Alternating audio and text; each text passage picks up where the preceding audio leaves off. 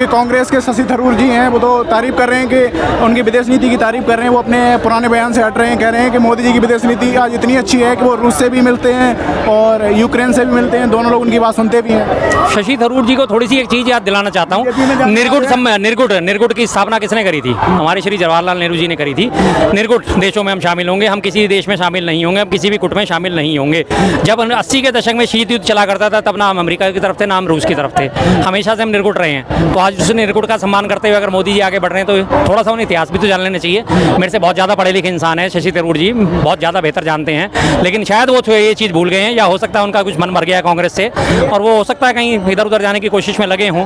तो इसी जब इस तरह के बयान आने शुरू होते हैं तो साफ लगता है कि हाँ, पंछी जो है पर फड़फड़ा रहा है। तो वो कह रहे हैं कि उनके बयान इस वजह से तो नहीं आ रहे कि मोदी जी काफ़ी ज़्यादा विदेश में डंका बज रहा है और काफ़ी तारीफ हो रही है। नहीं जी, ये तो सिर्फ सोचने की बात है। आप ये मीडिया द्वारा बजाया गया डंका है, वरना आप ये देखिए किसी भी देश में जाते हैं तो वहाँ से हासिल क्या करके लाते हैं? डंका बजाने की बात है। डंका क्या बजता है वहाँ पे? वहीं के जो भारतीय होते हैं वही वहाँ पे आके उनका स्वागत करते हैं, वहीं के जो भारतीय रहने वाले होते हैं वही आके उनके पास खड़े हो जाते हैं, उन्हीं वही ताली बजा देते हैं और वही उनका इस्तेकबाल करते हैं, वही उनका स्वागत करते हैं। अभी पीछे आपने एक वीडियो देखी होगी, बड़ी वायरल हुई थी, एक वो लड़का रोते हुए मोदी जी की वो माता जी के साथ उनकी फोटो ले आया था।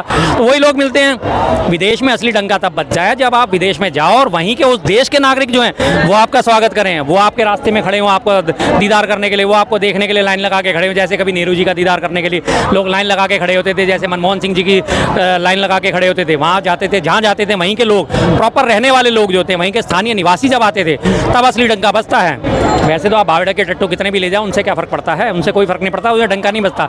मैं भी अपने आगे आगे, जैसे पुराने ज़माने में हमारे जब तक हमारे राजशाही थी, अपना ख़त्म होने से पहले 47 से पहले राजशाही हुआ करती थी, जितने राजे महाराजा हुआ करते थे वो अपने साथ वो होते थे, उस टाइम में उनको कहा जाता था भांड और मिरासी, उनको ले लेके चलते थे। वो भांड और मिरासी हुआ यही काम होता था कि आगे छत्रपति ये वो महाराजा धीराज सर्वे सर्वा एक छत्र और ये पता नहीं कितनी तो वो उपाधियाँ जोड़ दिया करते थे। कम से कम वो 20-30 तो उपाधियाँ जोड़ने के बाद फिर जाके उस राजा का नाम लिया करते थे। पधार रहे हैं, हर चीज़ में वो लंबी लंबी उपाधियाँ के उसके बाद वो पधार रहे हैं। जहाँ जा रहे थे ढोल धमाके नगाड़े बजाते हुए जाते थे, राजा जी आ रहे हैं, राजा जी आ रहे हैं। तो ये काम वही वो मोदी जी ने उन्हीं चीज़ से सीखा है। जाके पहले जाके अपने लोग बिठा दिए, अपने लोगों ने ढोल नगाड़े बजाने शुरू कर दिए, मोदी जिंदाबाद शुरू कर दिया। तो उन्हें लग गया कि हाँ जी मेरा तो डंका बज रहा है। डंका बज रहा होता तो भाई अमेरिका से टैरिफ क्यों नहीं कम करवाया? डंका बज रहा होता तो चीन से जाके अपनी 5 साल से हमारी जो कैलाश मानसरोवर की यात्रा रुकी पड़ी है वो चालू क्यों नहीं करवा पा रहे? 2019 से बंद पड़ी हुई है, 2025 आ गया, इस बार भी नहीं वीज़ा मिलता। जून जुलाई ये गर्मी के दिनों में शुरू होती है, मई जून के आसपास शुरू होती है कैलाश मानसरोवर की यात्रा। डंका बज रहा है तो वो क्यों नहीं शुरू करवा पाए? डंका बज रहा है तो नेपाल के जो है 100 रुपये के नोट पे हमारे लिपू लेख और काला पानी दर्रा नेपाल ने छाप रखा है अपने 100 रुपये के नोट पे पिछले हिस्से में, उससे क्यों नहीं आपत्ति दर्ज करा के उसको नोट को प्रचलन का वो वापिस क्यों नहीं करवाते? डंका बज रहा है तो क्या है हैसियत नेपाल की? क्या बेचता है नेपाल हमारे आगे? शिलाजीत, हींग और उसकी जो नेपाली आके हमारे यहाँ पे क्या करती हैं? भाइयों का काम करती हैं, साफ सफाइयों का काम करती हैं नहीं करती हैं? जो चीज़ हकीकत है उससे कैसे मुंह मोड़ोगे आप? तमाम नेपाली लोग आके हमारे यहाँ पे कार साफ करने का काम करते हैं, डंडा बजाने का काम करते हैं, शाम को चौकीदारी करते हैं, जय राम जय जी साहब करते घूमते हैं। हैसियत है उस नेपाल की कुछ? लेकिन उस हैसियत के उस नेपाल की भी हैसियत इतनी बड़ी हुई है कि वो हमारे एरिया में 8000 एकड़ भूमि कब्जा लेता है और हमारे मोदी जी मना करते हैं, एसएसबी को एक्शन के लेने की मनाही कर देते हैं। 8000 एकड़ भूमि नेपाल ने हमारी कब्जा रखी है, लेकिन उस पर कोई आवाज़ नहीं निकलती। क्यों? ये डंका बजना होता है। मोदी तो मतलब दावा करते हैं कि ट्रम्प उनके बहुत अच्छे दोस्त हैं। हाँ जी, बहुत अच्छे। हाउडी मोदी जो हाउडी ट्रम्प करा था, हाउडी ट्रम्प उन्होंने करा था, और हाउडी ट्रम्प की कीमत देश ने कितनी बड़ी चुकाई थी। कोरोना से पहले की ये बात है जब राहुल गांधी जी ने चेताया था कि विदेश से आने वाली सारी फ्लाइटें बंद कर दीजिए, कोरोना फैल चुका है, लेकिन वो हाउडी ट्रम्प करने में व्यस्त थे, मध्य प्रदेश की सरकार गिराने में व्यस्त थे। और उस हाउडी ट्रम्प की कीमत भारत ने कितनी बड़ी चुकाई? 44 लाख लोगों की मौत कोरोना में 2020 और 21 के जो लॉकडाउन हुए थे उसके बाद में। पहले उसमें लॉकडाउन में तो कम ही मरे थे फिर भी लोग, लेकिन दूसरी बार तो करीब 40 लाख से ऊपर मौतें हुई थी। कितनी बड़ी कीमत चुका है, लेकिन इनके लिए तो कोई फर्क नहीं पड़ता ना, मर गए क्या फर्क पड़ता है? जैसे इनके मंत्रियों के बयान आते हैं, अरे ऐसी छोटी मोटी घटनाएं तो होती रहती हैं। उसमें भी बताया कितना गया था, मात्र 4 लाख मौत, जबकि WHO ने इस बात को बोला था कि 40 लाख से ऊपर मौतें हुई हैं। तो हासिल क्या हुआ? उन्होंने कुछ नहीं। अगर इतने बड़े दोस्त हैं तो भाई ट्रम्प साहब आपके दोस्त हैं, टैरिफ कम करवाइए टैरिफ कम।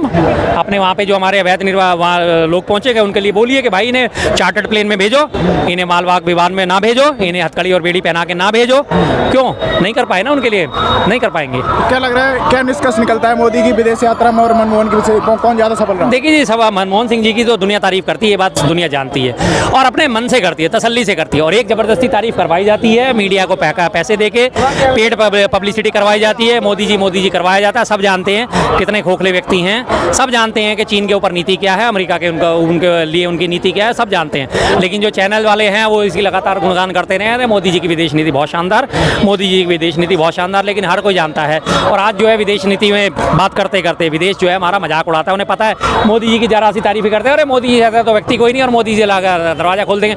उधर मोदी जी की तारीफ करी, उधर ट्रंप ने टैरिफ थोप दिया, उधर मोदी जी के हाउ डिड मोदी जी करा, उधर उसने दोबारा से टैरिफ बढ़ा दिया, उधर अपने टैरिफ कम करवा लिए। हाँ जी, मोदी जी बहुत बढ़िया है, मोदी जी बहुत बढ़िया, फूल के कुप्पा। मोदी जी ने 300% का जो ड्यूटी लगती थी हार्ले डेविडसन मोटरसाइकिल पे भारत में आने पे, उसे घटवा के 260% घटवा के 40% पे करवा लिया। जो इलेक्ट्रॉनिक व्हीकल पे अमेरिका से आया तो ड्यूटी लगती थी 120% लगती थी, वो 105% घटवा के 15% करवा ली। हाउडी मोदी, मोदी जी जिंदाबाद। वो अपने टैरिफ कम करवाया जा रहा है और तुम्हारे पे टैरिफ थोपे जा रहा है। अमेरिका के टैरिफ कम हुए, क्या भारत के बाजार को इसका नुकसान होगा? पूरा तरह नुकसान हुआ। आने वाले 2 तारीख से सारे टैरिफ लागू हो जाएंगे। अभी आप देख लीजिएगा, यही आ रही भगीरथ प्लेस मार्केट है, यहीं देख लीजिएगा दवाइयों के रेट कितने बढ़ जाएंगे, क्योंकि सबसे बड़ा असर इसके ऊपर फार्मास्यूटिकल कंपनियों पर पड़ेगा। जो कच्चा माल होता है वो आयात होता है, जब वो आयात होगा उस पर ड्यूटी बढ़ के आएगी, ड्यूटी बढ़ के आएगी। आज जो पत्ता आपको 10 रुपये का मिल रहा है, वही पत्ता आपको 14 रुपये का मिलेगा। दवाई का जो दवाई आपको 100 रुपये में मिलेगी वो 140 रुपये में मिलेगी। ऑटोमेटिकली हर चीज़ बढ़ जाएगी। कच्चा माल बढ़ता है तो नेचुरली जो प्रोडक्शन होती है वो बढ़ती है, प्रोडक्शन कॉस्ट बढ़ती है, प्रोडक्शन कॉस्ट बढ़ेगी तो रेट बढ़ेंगे ही बढ़ेंगे। कार वाले कंपनियों ने तो अपने रेट अभी से बढ़ाने शुरू करेगी, क्योंकि बहुत सारे कल पुर्जे ने आयात करने पड़ते हैं। टाटा मोटर्स ने बोली दिया हम 4% अपने रेट बढ़ाएंगे, बोल दिया, सबने बोल दिया। लेकिन ये कहा जा रहा है कि जो अमेरिका से चीज़ें आएंगी वो तो सस्ती हो जाएंगी। कौन सी चीज़ें सस्ती हो जाएंगी? अमेरिका ही तो टैरिफ थोप रहा है, अमेरिका से चीज़ें सस्ती हो जाएंगी। और अमेरिका से चीज़ें सस्ती हो जाएंगी तो फिर आपका स्वदेशी कहाँ जाएगा सर? स्वदेशी पे नुकसान होगा। स्वदेशी पे नुकसान होगा। दोनों चीज़ें आप देख के चलो ना। इंपोर्ट ड्यूटी इसलिए बढ़ाई जाती है कि ताकि इंपोर्टेड माल पे हम कम से कम डिपेंडेंट हो। हमारे जो 300% हार्ले डेविडसन पे लगता था वो इसी वजह से लगता था कि लोग विदेशी मोटरसाइकिल की तरफ आकर्षित ना हो, अपनी देसी मोटरसाइकिलों का इस्तेमाल करें। आज वो 300% ड्यूटी घट के आपने 40% कर दी है। आज हार्ले डेविडसन भी 1.5 लाख की मिलेगी और बुलेट भी आपको 1.5 लाख की मिलेगी, तो लोग बुलेट छोड़ के हार्ले डेविडसन पे भागेंगे या नहीं भागेंगे? भागेंगे ना। तो मेक इन इंडिया का तो हो गया वही सत्यानाश। तो इसीलिए तरीके दिए जाते हैं कि एक्सपोर्ट ड्यूटी कम करवाई जाए और इंपोर्ट ड्यूटी बढ़ाई जाए। हर देश यही चाहता है, लेकिन उन्होंने उल्टा कर दिया। आज एक्सपोर्ट ड्यूटी बढ़ा दी, इंपोर्ट ड्यूटी कम करवा ली। विदेश में असली डंका तब बच जाए जब आप विदेश में जाओ और वहीं के उस देश के नागरिक जो हैं वो आपका स्वागत करें, वो आपके रास्ते में खड़े हों आपको दीदार करने के लिए, वो आपको देखने के लिए लाइन लगा के खड़े हों। जैसे कभी नेहरू जी का दीदार करने के लिए लोग लाइन लगा के खड़े होते थे, जैसे मनमोहन सिंह जी की लाइन लगा के खड़े होते थे। वहाँ जाते थे, जहाँ जाते थे वहीं के लोग, प्रॉपर रहने वाले लोग जो थे, वहीं के स्थानीय निवासी जब आते थे तब असली डंका बजता है। वैसे तो आप बावड़ा के टट्टू कितने भी ले जाओ, उनसे क्या फ़र्क पड़ता है? उनसे कोई फ़र्क नहीं पड़ता, उसे डंका नहीं बजता। मैं भी अपने आगे आगे, जैसे पुराने ज़माने में हमारे जब तक हमारे राजशाही थी, अपना ख़त्म होने से पहले 47 से पहले राजशाही हुआ करती थी, जितने राजे महाराजा हुआ करते थे वो अपने साथ वो होते थे। उस टाइम में उनको कहा जाता था भांड और मिरासी, उनको ले लेके चलते थे। वो भांड और मिरासी का यही काम होता था कि आने आगे छत्रपति, ये वो महाराजा धीराज सर्वे सर्वा, एक छत्र, और ये पता नहीं कितनी तो वो उपाधियाँ जोड़ दिया करते थे।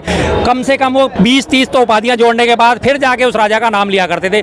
पधार रहे हैं, हर चीज़ में वो लंबी लंबी उपाधियाँ के उसके बाद वो पधार रहे हैं। जहाँ जा रहे थे ढोल धमाके नगाड़े बजाते हुए जाते थे, राजा जी आ रहे हैं, राजा जी आ रहे हैं। तो ये काम वही वो मोदी जी ने उन्हीं चीज़ से सीखा है। जाके पहले जाके अपने लोग बिठा दिए, अपने लोगों ने ढोल नगाड़े बजाने शुरू कर दिए, मोदी जिंदाबाद शुरू कर दिया। तो उन्हें लग गया कि हाँ जी मेरा तो डंका बज रहा है। डंका बज रहा होता तो भाई अमेरिका से टैरिफ क्यों नहीं कम करवाया?